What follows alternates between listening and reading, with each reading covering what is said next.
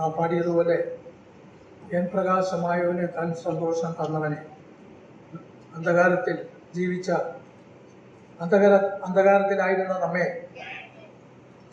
വെളിച്ചത്തിലേക്ക് കൊണ്ടുവരികയും സന്തോഷം തന്ന ദൈവത്തെ, പിതാവിനെ, പുത്രനെ ബോധപ്പെടുത്തുവാൻ ലഭിച്ച അവസരത്തെ ഓർത്ത് ദൈവത്തെ സ്തുതിക്കുക. ആരാധനയോടുള്ള ബന്ധത്തിൽ വേഗത്തിൽ മത്തായി എഴുതിയ സുവിശേഷം 26-ാം അധ്യായത്തിൻ്റെ അതിൻ്റെ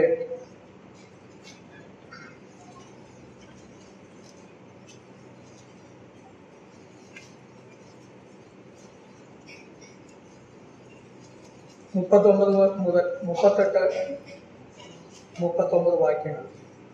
മാത്യു ചാപ്റ്റർ 26 വേഴ്സ് 38 and 39. എൻ്റെ ഉള്ളം മരണവേദന പോലെ അതിദുഃഖിതമായിരിക്കുന്നു. ഇവിടെ താമസിച്ച് എന്നോടുകൂടെ ഉണർന്നിരിപ്പിൻ എന്ന് അവരോട് പറഞ്ഞു. പിന്നെ അവൻ അല്പം മുമ്പോട്ട് ചെന്ന് കവിണ്ണു വീണു. പിതാവേ, കഴിയുമെങ്കിൽ ഈ പാനപാത്രം എങ്കിൽ നിന്ന് നീങ്ങിപ്പോകണമേ. എങ്കിലും ഞാൻ ഇച്ഛിക്കും പോലെയല്ല, നീ ഇച്ഛിക്കും പോലെ ആകട്ടെ എന്ന് പ്രാർത്ഥിച്ചു. റോമലേഖനം 9-ാം അധ്യായം അതിൻ്റെ 22 മുതലുള്ള ചില വാക്യങ്ങൾ. Roman chapter 9 verse 22.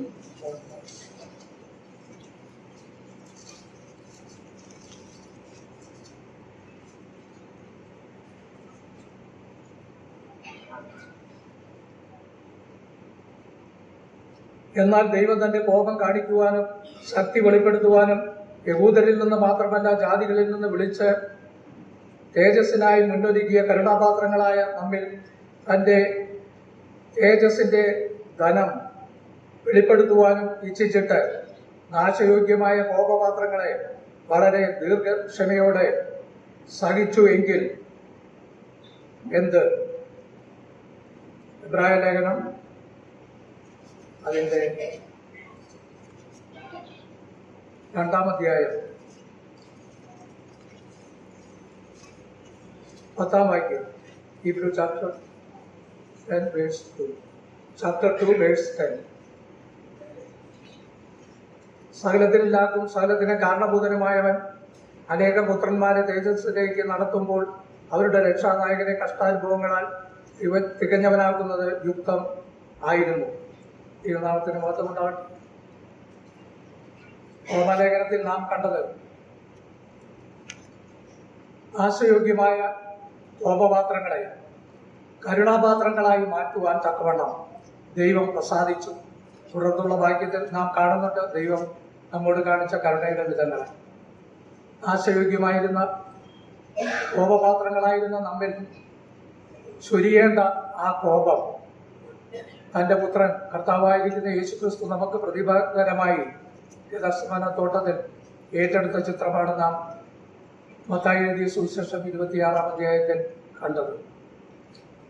നാം നാശയോഗ്യമായിരിക്കുന്ന കോപപാത്രങ്ങളായിരുന്നു. എഫേസ്യ ലേഖനം 2-ാം അധ്യായത്തിൽ കോപത്തിൻ്റെ മക്കളായിരുന്നു. കൊലോസ്യ ലേഖനത്തിൽ വരുവാനിരിക്കുന്ന കോപത്തിന് പാത്രീഭൂതരായിരുന്നു.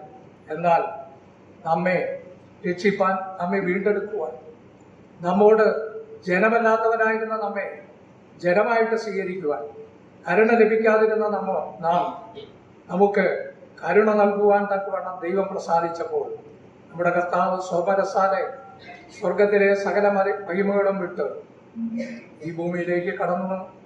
നമ്മുടെ മേൽ ചൊരിയേണ്ടിയിരുന്ന കോപപാത്രങ്ങളുടെ മേൽ ചൊരിയേണ്ടിയിരുന്ന ആ ഉഗ്രകോപം താൻ നമുക്ക് പകരമായി ഏറ്റെടുത്തു.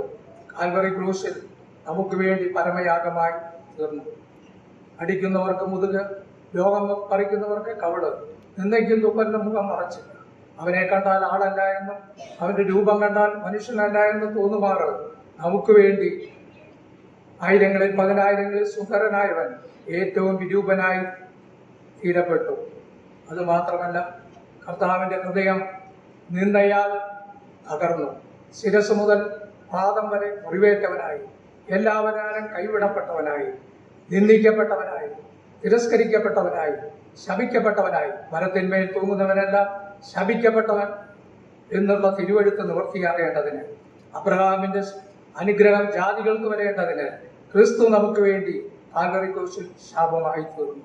പ്രിയമുള്ളവരെ, നമ്മെ ഈ അനുഗ്രഹത്തിലേക്ക് കൊണ്ടുവരുവാൻ തക്കവണ്ണം നമ്മുടെ കർത്താവ് നാശയോഗ്യമായ നമ്മുടെ മേൽ ചൊരിയേണ്ടിയിരുന്ന ആ കോപപാത്രം ഏറ്റെടുത്തു. കർത്താവ് ക്രൂശിൽ അനുഭവിച്ച വേദനകൾ 22-ാം സങ്കീർത്തനത്തിൽ ഒന്നൊന്നായി അവിടെ രേഖപ്പെടുത്തുന്നു. കർത്താവ് നമുക്ക് വേണ്ടി നിന്ദയും കഷ്ടങ്ങളും അനുഭവിച്ചു. താൻ ക്രൂശിൽ തൂങ്ങിക്കിടന്ന സമയത്ത് തനിക്ക് ശ്വാസം പോലും വിടുവാൻ തക്കവണ്ണം കഴിയാതെ വണ്ണം കയ്യപ്പാവിന്റെ അരമനയിൽ വെച്ച് നീ ജീവനുള്ള ദൈവത്തിന്റെ പുത്രനായ ക്രിസ്തു എന്ന് ചോദിച്ചപ്പോൾ കർത്താവ് അതിന് മറുപടി പറയുന്നുണ്ട്.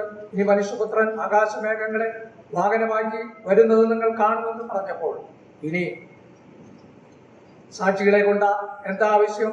സ്വർഗത്തിൽ നിന്ന് വന്ന മഹാപുരോഹിതന്റെ മുൻപിൽ മനുഷ്യരാൽ തിരഞ്ഞെടുക്കപ്പെട്ട മഹാപുരോഹിതൻ തന്റെ വസ്ത്രം കീറി തന്റെ ആ സ്ഥാനം എന്നേക്കുമായിട്ട് ആത്മീയമായ കാഴ്ചപ്പാടിൽ ഇബ്രായ ലേഖനത്തിന്റെ അടിസ്ഥാനത്തിൽ അത് എന്നേക്കും ആയിട്ട് മാറ്റപ്പെട്ടു.